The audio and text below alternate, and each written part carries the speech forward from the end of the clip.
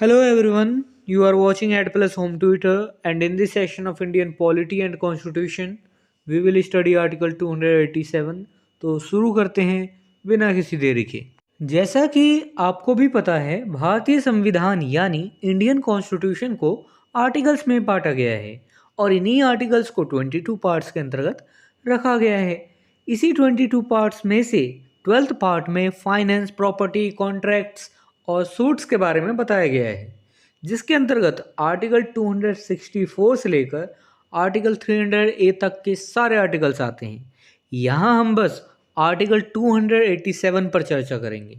Article 287 part 12 के chapter first के अंतर्गत आता है।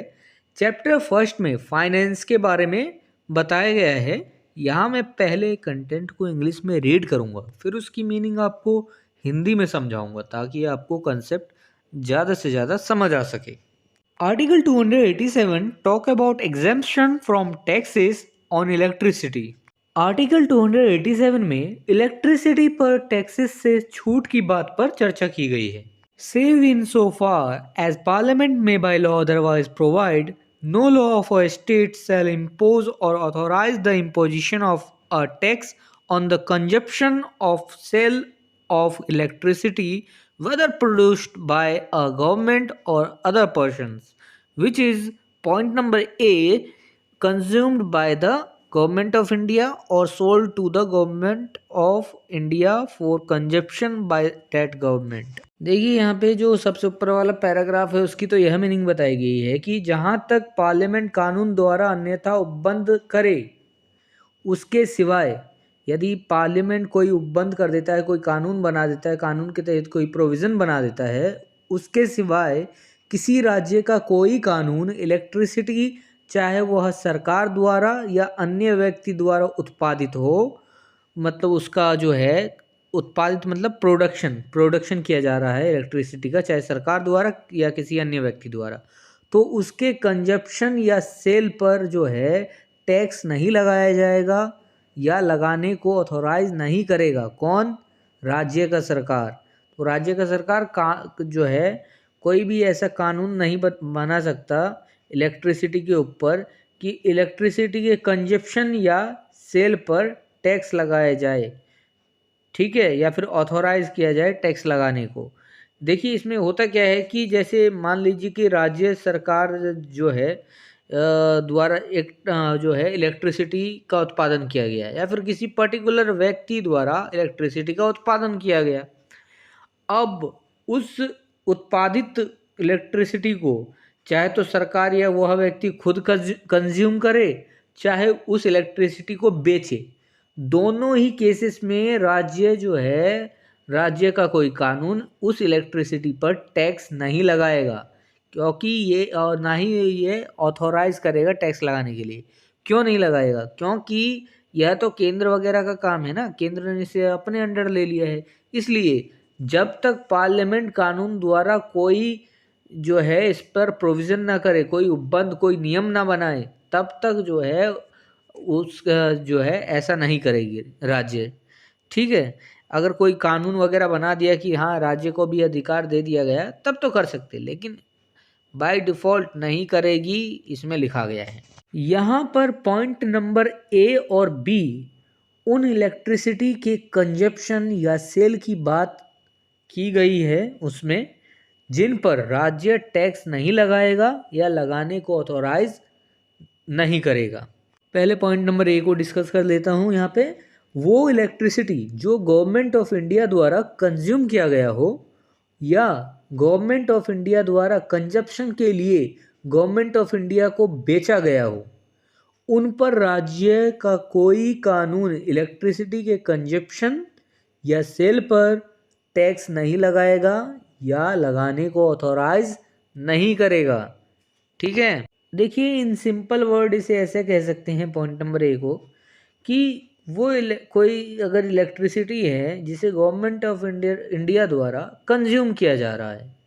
या गवर्नमेंट ऑफ इंडिया द्वारा कंजप्शन के लिए गवर्नमेंट ऑफ इंडिया को जो है बेचा जा रहा है। एक तो गवर्नमेंट ऑफ इंडिया खुद ही कंज्यूम कर रही है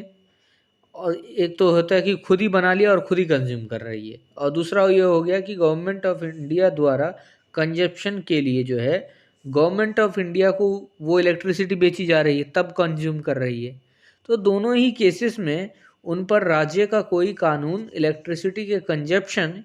या सेल पर जो है टैक्स नहीं लगाएगा, ना ही लगाने को ऑथोराइज कर सकता है। ठीक है। Point number B, consumed in the construction, maintenance, or operation of any railway by the government of India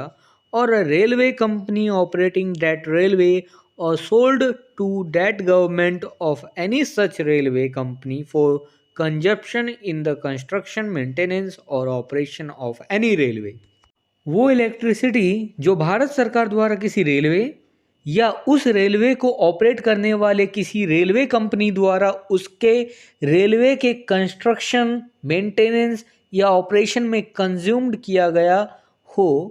या भारत सरकार या किसी ऐसी रेलवे कंपनी को किसी रेलवे के कंस्ट्रक्शन, मेंटेनेंस या ऑपरेशंस में कंजप्शन के लिए बेचा गया हो, तो उस पर राज्य का कोई कानून इलेक्ट्रिसिटी के कंजप्शन या सेल पर टैक्स नहीं लगाएगा या लगाने को ऑथोराइज नहीं करेगा। देखिए, इसे आसान शब्दों में समझिए। मान लीजिए किसी रेलवे का कंस्ट्रक्शन होना है, मेंटेनेंस होना है और उसका ऑपरेशन होना है, मतलब उसका वो ऑपरेशन, साफ सफाई, ये सब, और मतलब कि चेंज पार्ट वगैरह से, तो इन सब में क्या लगेगा कि इलेक्ट्रिसिटी लगेगा। तो इस इलेक्ट्रिसिटी को जो भी लगेगा, और मेंटेन कौन करता है इन सब चीज़ों को, कंस्ट्रक्शन वगैरह रेलवे को, चाहे भारत सरकार करेगी या फिर कोई रेलवे कंपनी करेगी। तो अब ये जो कंजप्शन लगा इसमें इलेक्ट्रिसिटी का रेलवे को मेंटेन, कंस्ट्रक्शन और ऑपरेशन में, तो इसमें राज्य सरकार कोई टैक्स नहीं लगा सकती। चाहे, और साथ ही यह भी कह दिया गया है कि भारत सरकार या फिर किसी रेलवे कंपनी द्वारा अगर रेलवे के मेंटेनेंस, कंस्ट्रक्शन या ऑपरेशन के लिए कोई इलेक्ट्रिसिटी खरीदी जाती है, तो उसके जो भी कोई उसे बेचता है ऐसी इलेक्ट्रिसिटी को उन्हें, तो उस पर भी जो है राज्य सरकार जो है कोई टैक्स नहीं लगा सकती, है ना। और इसमें टैक्स लगा भी नहीं सकती और टैक्स लगाने को ऑथोराइज भी नहीं कर सकती। ठीक है, दोनों ही नहीं कर सकती। तो भारत सरकार या रेलवे कंपनी कोई अगर रेलवे के निर्माण, कंस्ट्रक्शन, मेंटेनेंस या ऑपरेशन में ऐसा कर रही है, तो उस पर राज्य सरकार का कोई अधिकार नहीं है टैक्स लगाने का। यहाँ पर सेकंड इसी के पैराग्राफ में एक और बात कह दी गई है कि and any such law imposing or authorising the imposition of a tax on the sale of electricity shall secure that the price of electricity sold to the government of India for consumption by that government or to any such railway company as aforesaid for consumption in the construction, maintenance or operation of any railway shall be less by the amount of the tax than the price changed to other consumers of a substantial quantity of electricity। देखिए, यहाँ पिछले जितने भी paragraphs हमने पढ़े, point number A पढ़ा, चाहे point number B पढ़ा या फिर उसका पहले पैराग्राफ पढ़ा,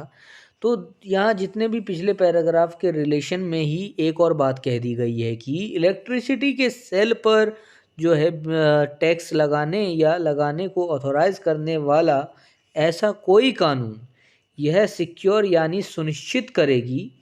कि भारत सरकार को या उसके द्वारा कंजप्शन के लिए या किसी रेल के कंस्ट्रक्शन, मेंटेनेंस या ऑपरेशन में कंजप्शन के लिए किसी रेलवे कंपनी को सेल की गई इलेक्ट्रिसिटी का जो प्राइस है वो सब्सटेंशियल क्वांटिटी यानी पर्याप्त मात्रा में इलेक्ट्रिसिटी के अन्य कंज्यूमर्स से ली जाने वाली प्राइस से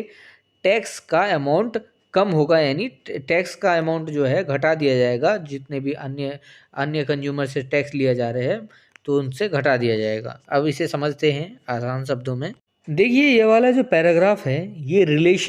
रिलेट करता है बाकी पैराग्राफ से जो पिछले पैराग्राफ में हमने पढ़ा है,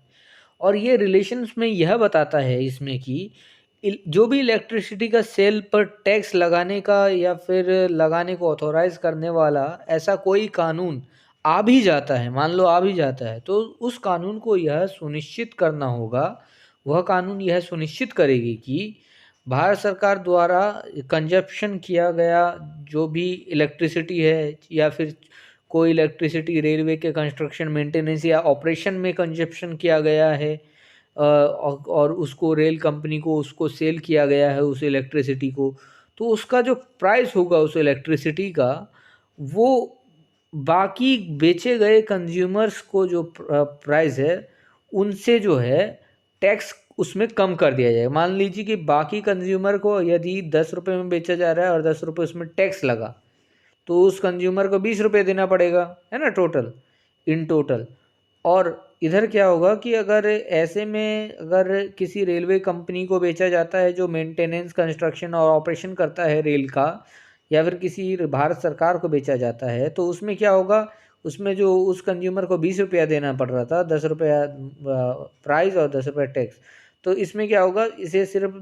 जो है 10 रुपये देगा प्राइस और 10 रुपये टैक्स देगा, तो इस टैक्स को जो है कम कर दिया जाएगा। अल्टीमेट इसका जो है 10 ही रुपये का प्राइसिंग होगा कि अन्य कंज्यूमर से इसे कम देना पड़ेगा, क्योंकि छूट है इसमें, है ना, छूट की बात की गई है इलेक्ट्रिसिटी में। ठीक। If this video is helpful for you, then please like and share this video, and if you want see some more these type of videos, then subscribe the channel and click the bell icon and select the all option for upcoming videos. And I hope you have a great experience by watching the Ad Plus Home Tutor.